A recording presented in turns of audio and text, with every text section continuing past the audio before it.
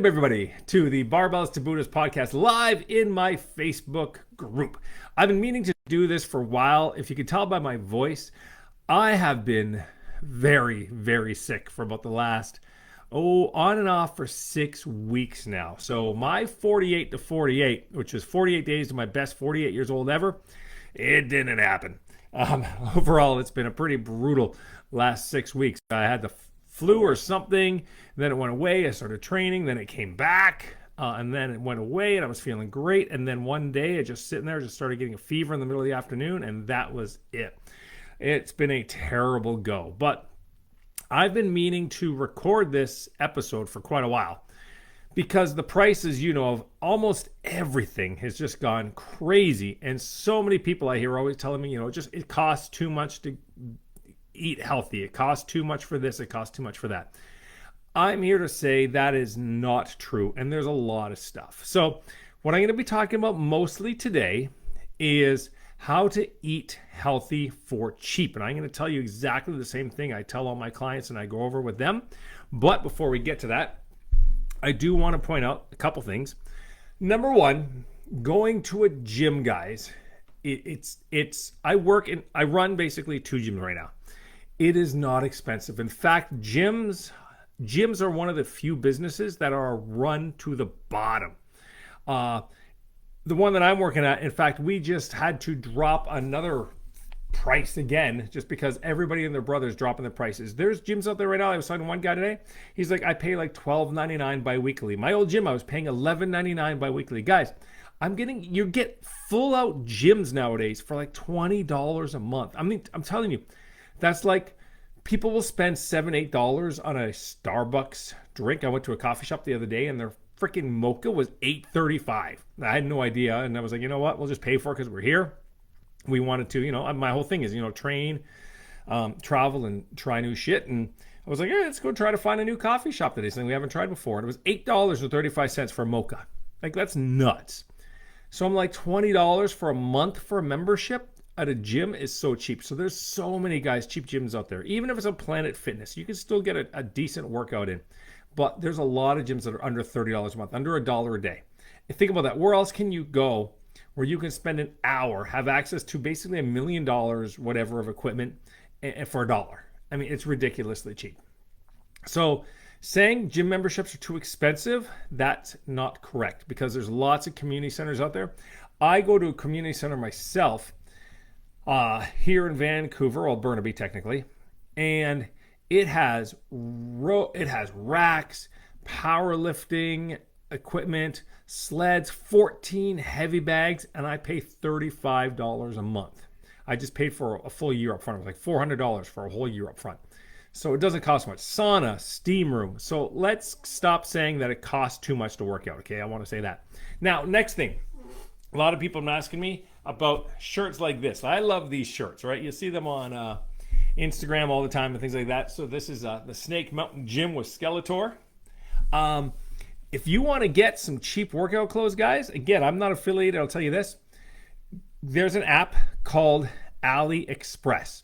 Now, you've probably heard of Alibaba. It's basically a site out of China where you can go and you can order things in mass. So if I wanted to say order like 500 of these shirts, I'd pay like maybe $3 each or $2 each.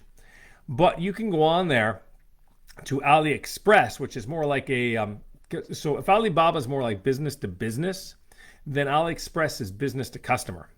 And you can go on there and I ordered this shirt. I think this shirt cost me $6 plus like $8 for shipping. So it was like that was like that $14 or something, maybe not even that, like $12 to $14, and there's a lot of free shipping on there. And I got a shirt that's easily selling on Instagram for $30. And they have workout straps, fat grips, training belts. So anything you need, guys, definitely check out AliExpress. If it comes down to you just want a new He-Man, I got a really cool He-Man shirt as well, another one. So I got some really fun Masters of the Universe and some Transformers stuff on there. I really got a really cool Venom rash guard. I think, guys, a Venom rash guard, a proper one over here, you're paying like $40 to $50. I think I paid $13 or something for it. It's nuts. And the shipping was like $6. So it's crazy. So again, if you know where to look, guys, if you take advantage of this little thing called the internet, you can find some amazing prices on things. Okay. So I want to get that clear. There's lots of deals out there to be had if you know where to look. If you're just going and clicking on Instagram ads where they're paying like, $20 a day and they're paying like $3 leads, yeah, you're going to be paying a fortune. I see these ice tubs. It's some brand of inflatable ice tub right now. And they have a little steam room or something they're doing. And I looked and they want like $550 for this little steam room. And they're like, oh, we're the inventors of this, like the portable steam room. I'm like, dude, when I lived in Thailand years ago, you could get those for $200. You go on AliExpress right now and you can order the same ice tub, inflatable, for like $50. It just doesn't have the name branded on it. So don't get caught up in name brands, which kind of leads me into today's topics. So let's just jump right into how to eat healthy on a budget.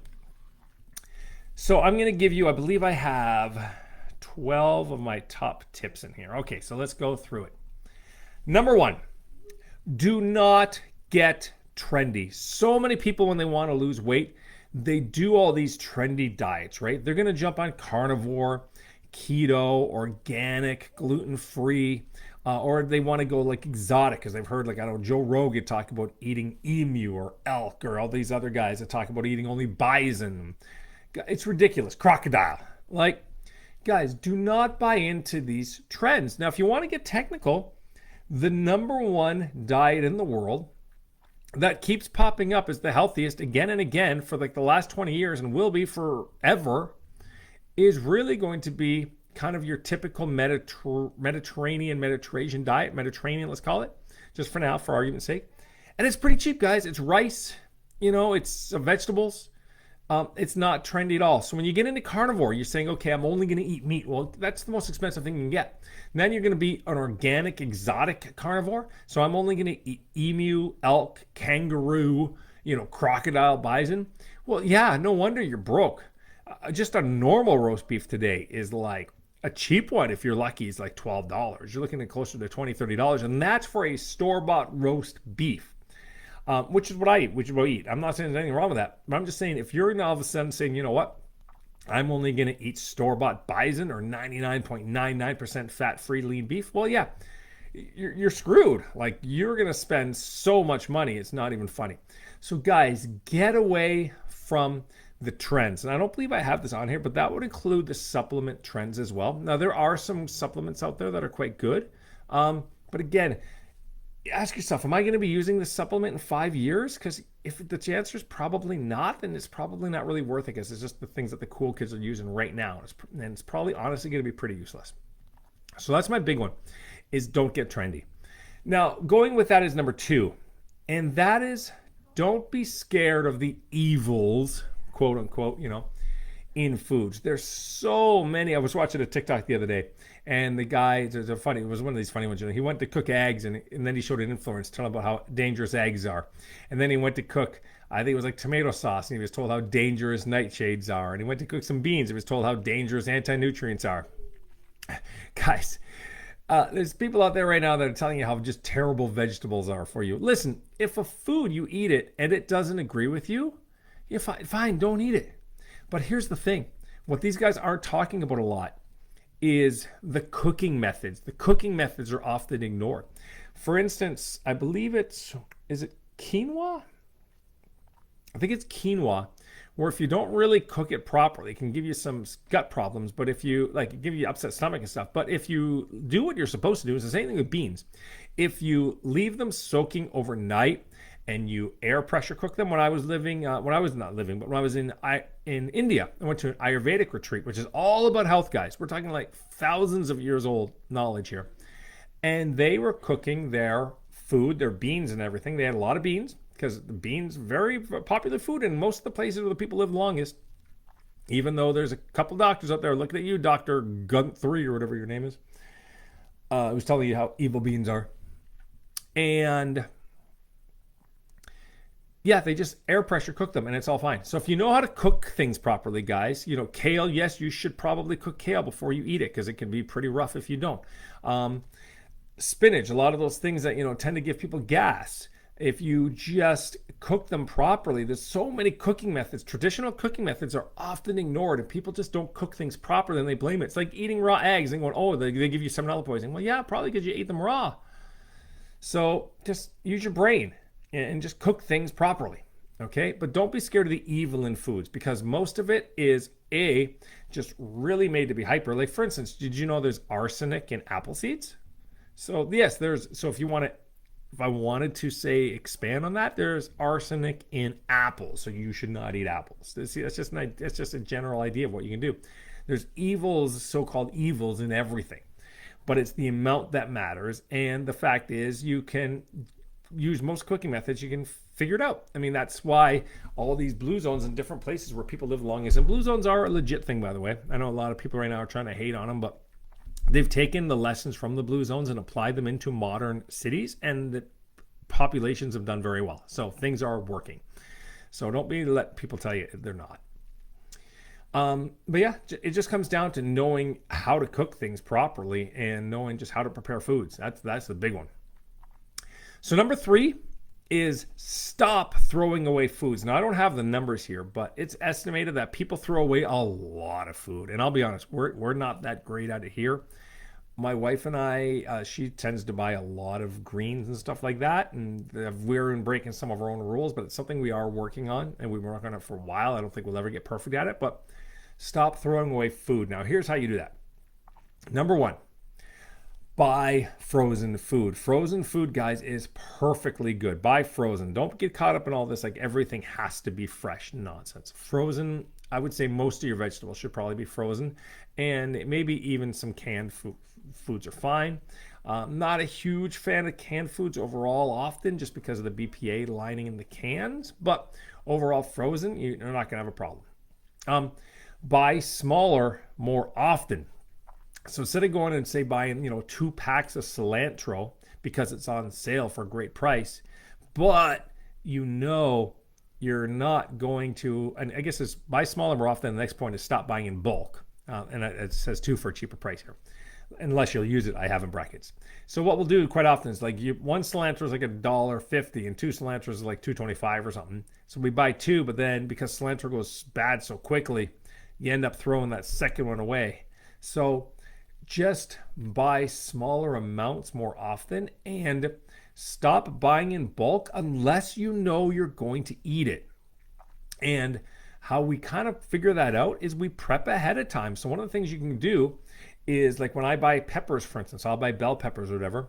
I will buy them, I will chop them up, and I place them into Tupperware containers with paper towels in them, and I prep them because you don't want to come home from work. Like right now, I've been at the gym all day. It's now 8 o'clock. This is probably going to take me to it's 7:46 right now. This is probably going to take me at least 8:15 to wrap this up. Last thing I want to do is go in the kitchen and then start having to cut and prep onions and peppers and everything else. So just prep all that stuff ahead of time. Take some time when you get home, as soon as you buy those groceries, to prep them. Slice them, dice them, do whatever you got to do, and prep a whole bunch. And that way you're probably going to use them more often than just be like, I'm too tired, I'll eat the peppers tomorrow. And then same thing happens again and again and again, repeat. So that's number 3. Number 4 is when you do buy in bulk, and I do buy a lot of bulk stuff, but make sure it's non-perishable or I guess long perishable, if that's a word. So that'll be like rice. For instance, we buy 40-pound bags of rice and we put them into these big containers because it lasts forever. Potatoes are another one. I usually buy 10-pound bags. Actually, more often 5-pound bags because, again, at the 10-pound bags, I usually don't eat them all. But I will buy 5-pound bags because a 5-pound bag is quite often like $3 or $4, where buying one potato at a time can cost you, almost, one potato can cost you like $3 if you do it like that. So buy in bulk when it's non-perishable or it's something that will last you a long time. And that could go for meat too. So you can buy like, say, extra lean ground beef if it's on sale or whatever. When you get home, you prep it by, taking it out of the big container, turning it into meal sizes. So that, that big family size container I buy, because it is quite a bit cheaper, I'll put it into, say, like 6 or 8 freezer bags. So that's how I do it. And I get, it's basically buying that in bulk, but I can shove it in the freezer and it'll stay in there for a while. So number 5 is keep the foods where you can see it, right? They call the CRISPR the coffin of death, and it's the same thing in here. That's one of the reasons why we have troubles, as we tend to, and there's a couple things I'll talk about. And you know what? I'll jump to number 6 as well, because number 8, fairly similar. I guess 8 and 5 could have gone together, which is don't bury at the back of the fridge or the bottom, which is where the crispers are. So a lot of people just tend to put foods and they kind of get moved to the back, and then you're like, oh my goodness, I forgot I had this yogurt. And you look, it's like, oh, that expired, 4 weeks ago. Or you place a bunch of vegetables you got in the crisper and you never look at them again. You put them into containers in the fridge where you can't see them, so you'd start remembering it was not in there. So put foods, guys, like if we have a fruit bowl in the middle, so we have a fruit bowl that our fruit rarely goes bad. So we have these big wooden fruit bowls in the middle of our table, which is right in the middle kind of the house. And we have our bananas, our apples, even I believe we keep our lemons and lime. We keep a lot of foods there. And we can see it, and it just reminds us to eat it, because where food is seen, you will eat it. So keep the healthy food on display and, hide that junk food. But keep everything in bowls where you can see. Keep it in clear jars. Keep it in clear containers, and keep it from hiding. Don't pile things behind things so you can't see it. Right now, you probably go in your fridge, guys. I can guarantee you, I bet you there's at least half a dozen, I'll say 6 things. Go to your fridge right now. There's probably 6 things that are already outdated that you don't use. So that's number 5, and then we'll call that number 8. So I should probably put those together. Number 6 is learn what foods go where and what can go with what. So what does that mean? Well, a lot of crispers have humidity controls, because there are foods that need a dry environment and foods that need a more humid environment. And if you get those backwards, the food will go bad a lot quicker. There are certain foods that if you put them together with other foods, make them go bad faster. I can't remember what they are right now, but if you type it into Google, honestly, you'll see it. Actually, you know what? Let's just type it in Google just for fun. Let's see if I can get anything here. See, so what foods to not mix in fridge? Okay. Mushrooms with onions or garlic came up one. Ethylene producers with ethylene sensitive produce. So basically that is a gas that some foods let off. So other fruits and vegetables at a best distance so they don't transfer odors from one another. For instance, onions and garlic, for instance, can overpower the taste and smell of apples, pears, celery, and fruits. As I mentioned, there's what was that again? I told you a second ago, ethylene. So some vegetables produce an off product, an off gas called ethylene. And that other foods will go bad when it's in the presence of ethylene. And again, like I said, I can't remember what they are, and I don't want to waste a lot of time. But there are quite a few foods that if you mix them together, they will go bad faster, and they do not act well with each other. So start understanding and start researching about which of those are. For instance, potatoes, right? You want to keep potatoes in a dark. You want to keep them in a dark, cool place so they don't sprout. I believe if you have light with them, they'll start to sprout faster. Oil is another one. You have oil in a glass container and you keep it in a very bright place, the oil will go rancid quicker. So you want to keep oil in cupboards as well. So that's just a couple examples there. Number 7 is develop a meal schedule and use that to guide your purchases.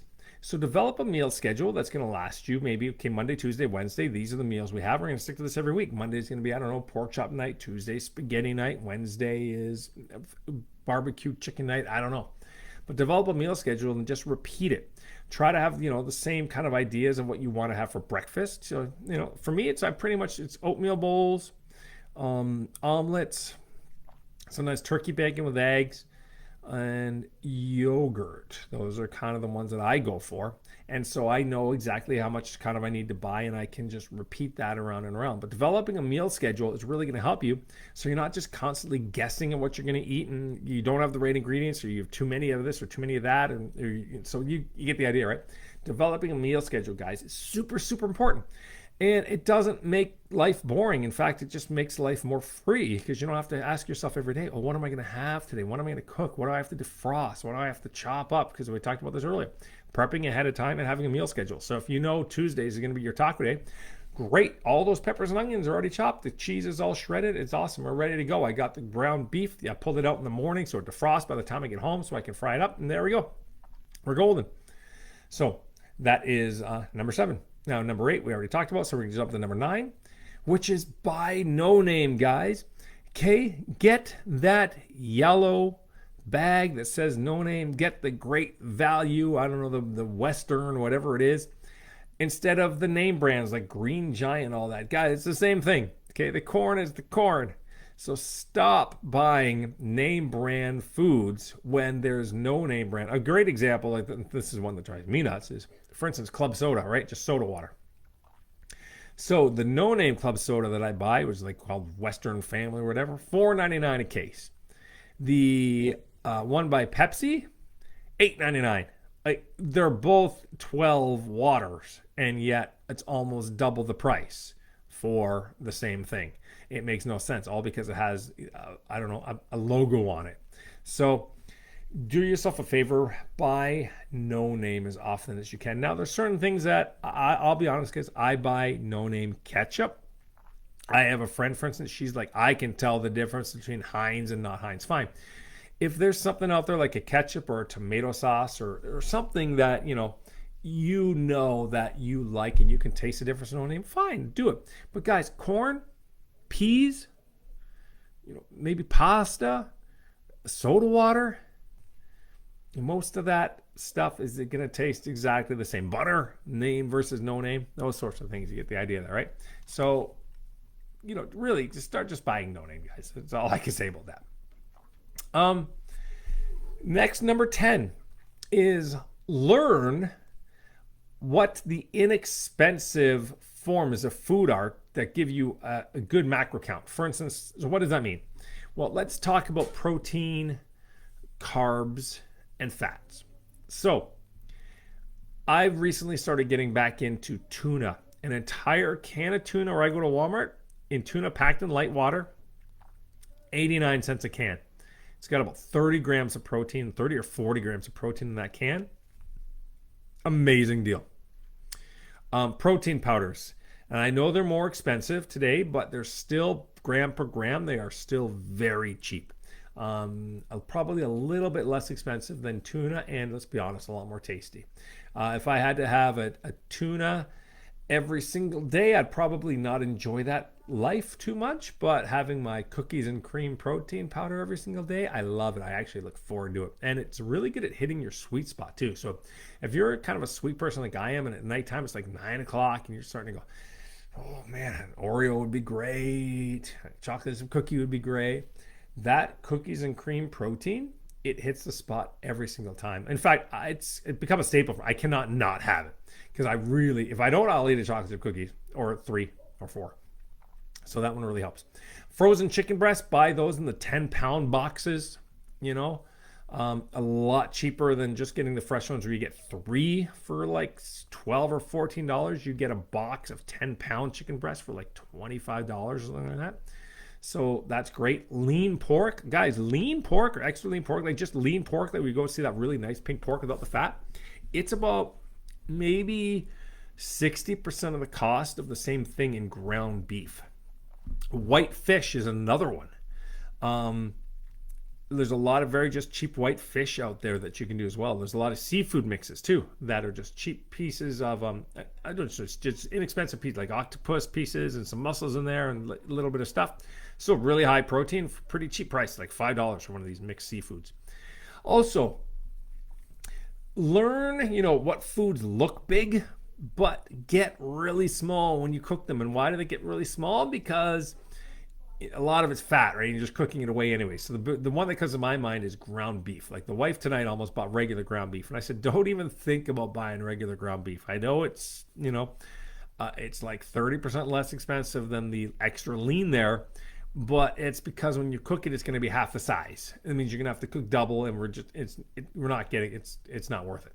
So stop buying things like, for instance, bacon versus turkey bacon, right? The turkey bacon doesn't really get any smaller because it's pretty lean, where regular bacon, you're like, wow, you put in these big, like, these 8-inch long slices and they come up like 4 inches long. You're like, oh, and then you eat like 6 of them. So, get the extra lean stuff when you can, because you're just not paying for the fat. Now, when it comes to carbs, mentioned these earlier, potatoes, there's no difference really, guys. People go, oh, the red skin or the yellow skin is better. It's so ridiculous. I buy whatever on sale. I walk in, great, Yukon are on sale this week. Okay, red skin's on sale this week. Yellow is on sale this week. I buy whatever on sale. It's $2 for a 5-pound bag. I'm buying whatever on sale. I do not have any allegiance, loyalty to a freaking potato. Okay, rice is another one. I tell you, we buy a 40-pound bag of rice. It lasts forever. Bread, just buy some basic whole grain bread. You don't have to get anything super crazy, super fancy. I see some loaves out there that are just so expensive. If you don't have problems with gluten, which you probably don't, honestly, just a couple slices of some Dempster's or even no name, just whole grain bread, you're going to be fine. Couscous is another one that's pretty cheap. Quinoa, bananas, apples. Those are going to be really, really cheap carb sources. The cheapest that I can think of. We just got a whole bunch of apples just a few minutes ago. Apples and bananas. And it was called Pink Lady apples, I think, and they were on for 99 cents a pound. It was like crazy. They're half the price of everything else, and they look really nice. So apples, pretty inexpensive. So that would be my pick. Potatoes, rice, some just basic brown breads, some oatmeal. Oatmeal is amazing, again, super cheap. Couscous, quinoa, bananas, apples. When it comes to fats, olive oil, I just buy the extra virgin olive oil. It's not super cheap, but it's not expensive for how big you get. You get a big bottle for like $10 or something. Virgin coconut oil, if you want to do that, sure. You don't, but here's what you don't need. You don't need things like avocado oil. You don't need macadamia nut oil, almond oils. Those things they're like half the size and double the price. It makes no sense to me. The avocado oil, guys, it's no different for you than the extra virgin olive oil. And you don't need the ghee either. Save your money on the ghee and just get some virgin coconut oil. It's like half the price for the same size. So those are my choices when it comes to, good sources of fats that are not going to break the bank and going to last you a while. Number 11, buy in season. We do a lot of that. We just watch around. Our foods are quite different in the summertime and the wintertime because they're just foods that are just in season and foods that, come in from different places that are just way too expensive at certain times of the year and then that are not expensive at certain times of the year. And also keep your eyes out for sales too. So buy in season and buy what's on sale. Sometimes you go in, you're like, hey, you know what? I wanted bell peppers, but they're just crazy priced.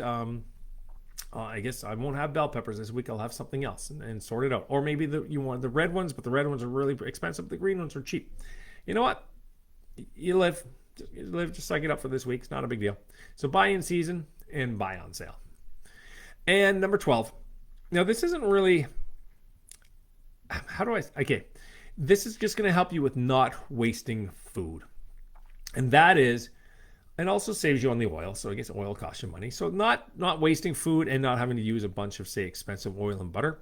But that would be great quality stick-free cookware. Now, the one that I use, and I love it, I'm probably going to do a TikTok about it very soon, is the Our Place Always pan. I love that thing. I think it's great. I got it for Christmas in 2022. It's now February 22nd of 2024, and it still works really well. Like anything, you still got to give what they don't tell you about these stick-free pans is, you always got to give it a little spray of the Pam or something. So I got this little bit, this, quick little shot. Works amazingly. It's very good. It doesn't work as well as when it was brand new, but I've tried a lot of stick-free pans, and there's a lot of them out there that start off really good, like amazing, and a couple months later, if you're lucky, they're terrible. But the Always Pan's done a great job. It's deep enough that you can do sauces and chilies and stuff in it. It's shallow enough that you can still do your bacon and eggs in it. It comes with a steamer. It comes with a spatula. It's not the cheapest pan in the world, but guys, it's awesome. I think they call it an 8-in-1 or something because it does a bunch of different stuff. But it's a really good pan to cover most of your needs. So there you go, guys. That is a wrap for today's episode. So I want to ask you, what did you take away from today's episode? And what is just one thing that you can start to do today to make a difference? Because here's the thing, I don't want you to just listen to this podcast, go, oh boy, those are some great ideas, and then the next podcast is going to be up any minute now, and you're going to forget everything you heard in this one. So right now, stop this podcast or what video, wherever you're watching this or listening to this, and ask yourself, what is it that I can do and take action on? Because we got way too much information, not nearly enough action, okay? So take action on it, and let's go. And just remember, guys, that if you liked what you've heard today, and maybe you're inspired, and you're saying, hey, you know what? It's time for me to start to ditch my dad bod, start to live epic, live the life I want. then I'm inviting you right now to go over to my website at barbellstobuddhas.com/no more dad bod and grab, but honestly, as soon as you go to the website, it's going to pop open a window anyway. But grab a copy of my No More Dad Bod Roadmap Guide. It's filled with some great tips and simple ideas that you can, again, take action on so you can start living the life you want in the body you want. And of course, guys, next time, as always, I'm here to help you live leaner, stronger, longer, and a hell of a lot better. Chat with you guys again soon.